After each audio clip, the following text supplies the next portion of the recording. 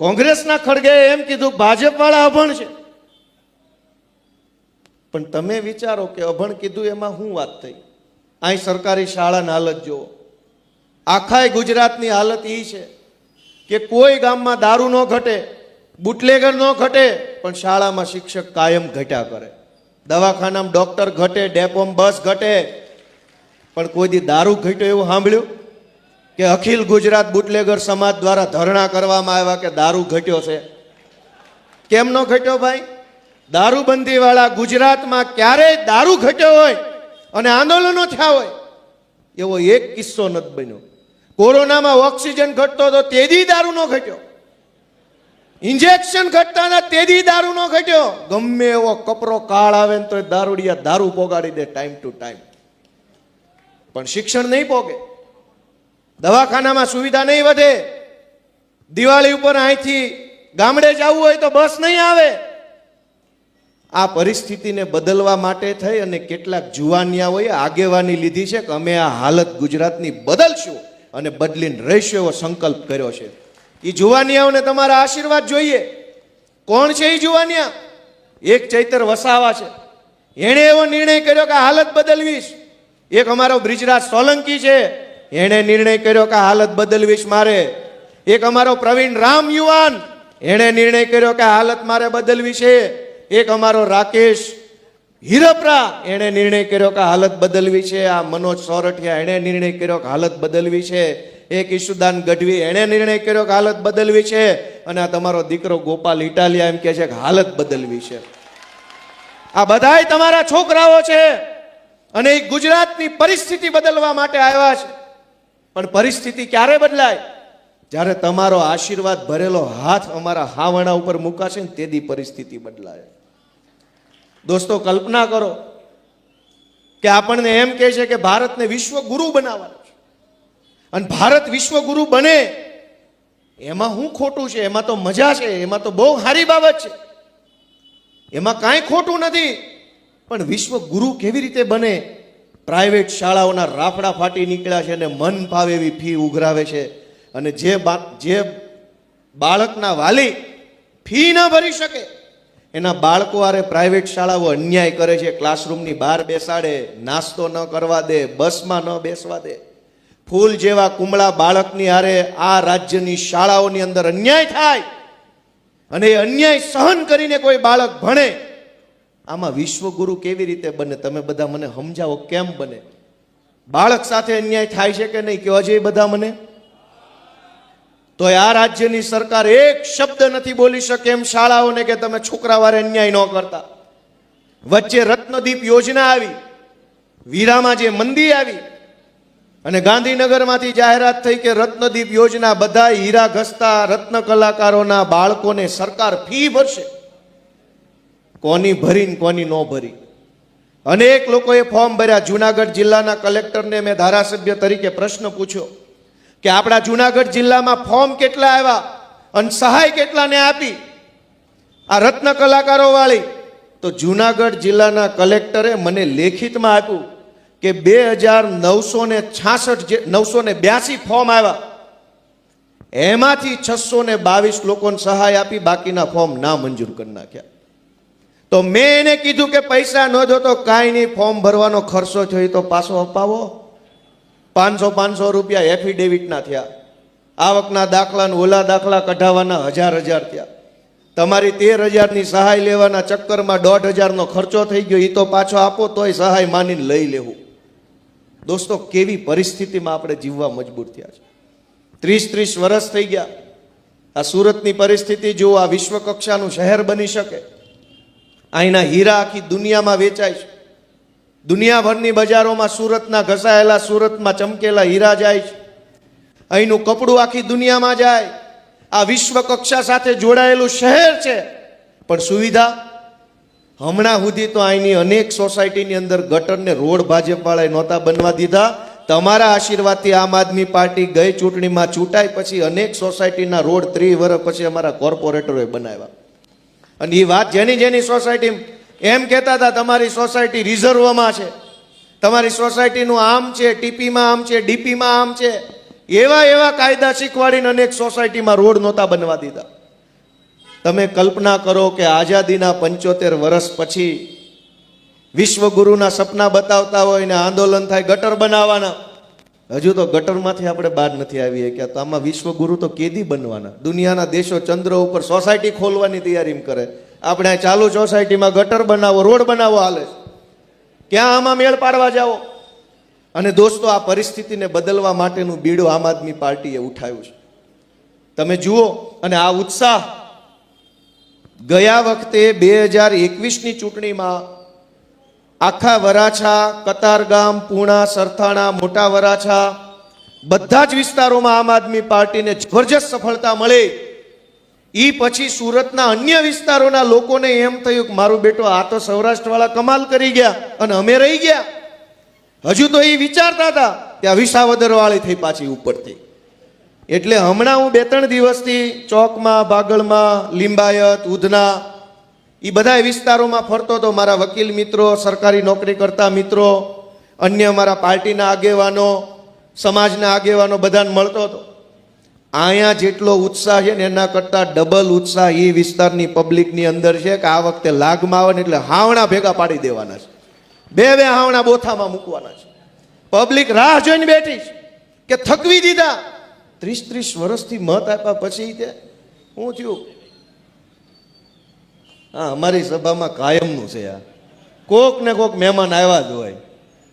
ગમે હું જ્યારનો ધારાસભ્ય બન્યો ત્યારના અમારી સભામાં મહેમાન આવે છે. અમે એવું તો લઈ ગયા છીએ, કોકનું હું લૂંટી લીધું છે કે અમારી સભામાં આવો. અને બહુ મરદ મુશાળાઓ જાઓ ને આમ ખબર પડે કોરી નાખે છે કે નહીં ઊભે ઊભા. આ તો અમે સીધા થઈએ એટલે અમારી સભામાં આવવાનું, વિજ્ઞાન કરવાના. દોસ્તો, હું તો તમને વિનંતી કરવા આવ્યો છું કે વિસાવદર વિધાનસભાની ચૂંટણીમાં આખું ભાજપનું ધાડું ઉતરી ગયેલું. મુખ્યમંત્રી, કેબિનેટ મંત્રી, રાજ્ય કક્ષાના મંત્રી, કૃષિ મંત્રી, વન મંત્રી, પાણી મંત્રી, ગૃહમંત્રી, બધા જ મંત્રી. જે ગામમાં તલાટી મંત્રી નહોતા આવતા એ ગામમાં ગૃહમંત્રી આંટા મારે. પબ્લિકે મજા આવી ગઈ કે તલાટી મંત્રી જોયો નથી, સીધો ગૃહમંત્રી ગામના હવેડે દાંતણ કરતા કરતા દેખાય તમને કાચની બારીમાંથી, લે ગૃહમંત્રી હવેડે બેઠા છે. પણ પબ્લિકે જોવો, પબ્લિક જાગૃત થાય, લોકો જાગે તો એનું પરિણામ શું આવે જુઓ. કે ગુજરાતની વિધાનસભામાં મારી ઉપર પ્રતિબંધ હતો. 2017માં ગુજરાતની વિધાનસભાના અધ્યક્ષે મારી ઉપર પ્રતિબંધ મૂક્યો કે આ ગોપાલ ઇટાલિયા વિધાનસભાના મેઇન ગેટથી અંદર નહીં આવી શકે. 2017, 18, 19, 20, 21, 22, 23, 24, 25 સુધી પ્રતિબંધ રહ્યો. પણ વિસાવદર વિધાનસભાના અમારા મહાન ખેડૂતોએ મારી ઉપર હાથ મૂક્યો ને તો ગેટના તાળા ખુલી ગયા. આમ કંચના દરબારમાં કેમ જેલના તાળા ખુલે એમ. કોઈ રોકવા ટોકવા વાળો તો નહીં. 25-50 કેમેરા, માણસોના ટોળા. પહેલી વાર હું જ્યારે શપથ લેવા ગયો ને તો આપણને એમ થઈ ગયું કે સરકાર અમારી આવી ગઈ હોય એવો માહોલ. આખી બારીઓમાંથી સરકારી માણસો ડોકા કાઢે, હવે કોઈક હજડ બમ માણા આવ્યો છે, મજા આવશે. વિધાનસભાના અધ્યક્ષે 3 કિલોનો ગુલદસ્તો આપ્યો મને, ગોપાલભાઈ તમારું અહીંયા સ્વાગત છે. મારું નહીં, વિસાવદરની જનતાના આશીર્વાદનું સ્વાગત થયું. અમને તો તમે ક્યાં આવવા દો એમ જ છો. આ તો પબ્લિકે મત આપ્યો એટલે બેહવા દીધો. અને વિધાનસભામાં જો મનોજભાઈ હમણાં કહેતા હતા ધારાસભ્ય ભૂરાયા થયા છે. અહીંયા માઇકમાં જે મોટી મોટી વાત કરે છે ને એને મેં નજરે જોયા છે. વિધાનસભામાં અદબ પાળીને ઊભા રહેજો. સાહેબ બોલું, સાહેબ બોલું, ભાજપ નહીં, એક શબ્દ નથી બોલાતો ને અહીંયા મોટી મોટી વાતો કરે. અમે નજરે જોયા છે. એકેય ભાજપનો ધારાસભ્ય છે એ પોતાની મરજીથી એક શબ્દ અંદર નથી બોલી શકતા. માત્ર ઉપરથી આવેલી ચિઠ્ઠી વાંચવાની, કાગળ વાંચવાનું, કાગળમાં લખેલા શબ્દ સિવાયનો એક વધુ શબ્દ બોલે ને તો એ ઓફિસમાં લઈ જઈને ઠપકો આપે છે. કેમ એટલું બધું વધારે બોલે છો ભાઈ, તું બહુ મોટી તોપ છો. આ પરિસ્થિતિ છે ગુજરાતની. અને એ પરિસ્થિતિ બદલવા માટે અમારે તમારા આશીર્વાદની જરૂર છે. આ બધા યુવાનો સંઘર્ષ કરે છે. આ અમારા બધા કોર્પોરેટરો ભૂતકાળમાં જ્યારે અહીંયા ઊભા રહ્યા ત્યારે સાવ સામાન્ય ઘરના માણસો હતા. 5 વર્ષ સુધી જનતાનું કામ કર્યું તો બધાની ઉપર 5-5, 7 એફઆઈઆર થઈ ગઈ. 10 વર્ષથી દારૂ વેચે છે એની ઉપર 7 એફઆઈઆર નથી, પણ 5 વર્ષ કોર્પોરેટર રહ્યા ત્યાં 8-8 એફઆઈઆર થઈ ગઈ. આ શું બતાવે છે? આ એમ બતાવે છે કે જનતા માટે જે લડે એને ભાજપ દબાવી દેવાની કોશિશ કરે છે, પણ અમે દબાઈએ એવા માણસ નથી, કેમ કે તમારા આશીર્વાદ અમારી ભેગા છે ને એટલે કોઈનાથી દબાવવાના નથી. મિત્રો, મારી તમને વિનંતી છે કે આ સુરતની અંદર ઘણું સારું કામ થઈ શકે એમ છે, પણ બિલ્ડર માફિયાઓ, અધિકારીઓ અને ભાજપના નેતાઓની મિલીભગતથી આખા સુરત શહેરને બરબાદ કરવાનું કામ કર્યું છે. તમે જુઓ કે 40% જમીન કાપે છે. ટીપી જાય, ટાઉન પ્લાનિંગ થાય ત્યારે 40% જમીન કપાત કરે છે. આ આખા વરાછા વિસ્તારમાં વર્ષો પહેલા જ્યારે ટીપી લાગુ પડી ત્યારે 40% જમીન કાપી હતી. શેના નામે? ફાયર સ્ટેશન બનાવવા, પોલીસ સ્ટેશન, બગીચા, લાઇબ્રેરી, દવાખાના, શાંતિ કુંજ, ગાર્ડન, રીડિંગ રૂમ, આ બધું જ બનાવવા માટે 40% જમીન કાપી હતી. ક્યાં ગઈ 40% જમીન? બધી જ ભાજપના માણસોને વેચી દીધી. ખેડૂત પાસેથી મફતના ભાવે 40% જમીન લઈ લીધી. એ જમીન ઉપર ભાજપના નેતાઓએ બિલ્ડિંગ બાંધ્યા ને એ મકાનો આપણને વેચી દીધા મોંઘા ભાવે. અને તમે આખા સુરતમાં જોશો તો એક પણ બજાર કાંઠ ખૂણે નથી, બધું આમ એરો જેવું બનાવ્યું છે. કોઈ નવું શહેર બનતું હોય, ગાંધીનગર ગયા હશે અને ખબર હશે, ગયા છો કોઈ? હું તો લઈ ગયો તો વિસાવદર વાળાને બધાને. ગાંધીનગર ગયા હશે ને ખબર હશે કે આખા ગાંધીનગરના તમામ રોડ સીધા અને અડધા રોડ આડા, ચોકડિયું જ છે ચારો તરફ, ક્યાંય એરો જેવા રસ્તા નહીં. અને અહીંયા આ બધા જ લોકો પૈસા ખાઈ ગયા અને આખા સુરત શહેરને એવું બનાવી નાખ્યું કે અહીંયા આપણે મહેનત પરસેવો પાડીને ગમે એટલું કમાઈને ખારું મકાન લઈએ તો ગાડી મૂકવાનું પાર્કિંગ ન હોય. બિલ્ડરના પાપે આપણે પાર્કિંગ વગરની જગ્યામાં રહેવું પડે. બિલ્ડરને પોલીસ નહીં પકડે, પણ તમને તમારી ગાડીને પકડી જશે. ભાઈ એવું હોય તો પકડો ને, જેણે આખું ગેરકાયદેસરનું મકાન બનાવીને ઊભું કરી નાખ્યું એને નહીં પકડે. અનેક લોકોએ પાર્કિંગ વગરના કોમ્પ્લેક્સો ચારોય તરફ બનાવી નાખ્યા. માર્જિનની જગ્યાઓ ના મૂકી, સોસાયટીના કોમન પ્લોટમાં બાંધકામો થઈ ગયા તો કોઈ નહીં પકડે. તમે એક મેડિકલમાં માથાની દવા લેવા જાઓ અને રોડ ઉપર ગાડી મોકલી છે તો 4-5 સિંઘમો આવશે ને લઈને વયા જાય. આ પરિસ્થિતિ છે કે નહીં? છે કે નહીં? આ પરિસ્થિતિ કોણ બદલશે? તમારા છોકરાઓ બદલશે. અહીં બેઠા નહીં, તમારા દીકરાઓ બદલશે. એક આશીર્વાદ ભરેલો હાથ માથે મૂકી દો, હાવણો દબાઈ દો. આ છોકરાઓ કેપેબલ છે, ભણેલ ગણેલ માણસો છે, યુવાન છે. આ પંકજ BA થયેલો માણસ છે, આપણો ઉમેદવાર. આ મનોજભાઈ ફાર્માસિસ્ટ છે, આજથી 30 વર્ષ પહેલા ફાર્માસિસ્ટ થયેલા. જે દિવસે ભણતર ગણતરનો જમાનો નહોતો તે દી ભણીને ફાર્માસિસ્ટ બન્યા છે. અને આપણા બેન તો આચાર્ય છે શાળામાં. ક્યાં ગયા? શાળામાં પ્રિન્સિપાલ છે. એમના પતિ પણ પ્રિન્સિપાલ છે. એમના પરિવારમાંથી 7-8 સભ્યો તો ભારતની સેનામાં, ઇન્ડિયન આર્મીમાં કામ કરે છે. દેશ સેવા અને સમાજ સેવા એક જ પરિવારમાં છે. એક જ પરિવારમાં સમાજ સેવા અને દેશ સેવા કરતા લોકો અમારી પાર્ટીમાં છે. ભાજપ વાળા આપે ઓળખાણ કે એના ઉમેદવાર કહેવાય તો કે આ રોડનું કરી નાખ્યું એ અમારે રમેશ, ઓલા બ્રિજમાં જેને 25 કરોડનું બૂચ માર્યું આંકર સુરેશ, ઓલો તો કે ઈ આ ખાડીમાં ખાઈ ગયો ઈ આંકર. એના ઉમેદવાર એવા છે, અમારા આવા છે. અને અમે છાતી કાઢીને કહીએ કે અમારા ઉમેદવાર ભણેલ ગણેલ ને યુવાન છે. એનામાં હોય તો બોલે ખોખારો ખાઈને કે યુવાન છે. અડધાને તો આપણે બાવડા પકડવા પડે એમ છે. તમારે બાવડા પકડવાના હોય નેતા શું કામનો? તમે વિચારો કે કેવા કેવા માણસો આપણા મતથી નેતા બને છે. મિત્રો, મારી તમને બહુ ટૂંકી લાગણી એટલી જ છે કે 30-30 વર્ષના વાણા વાઈ ગયા.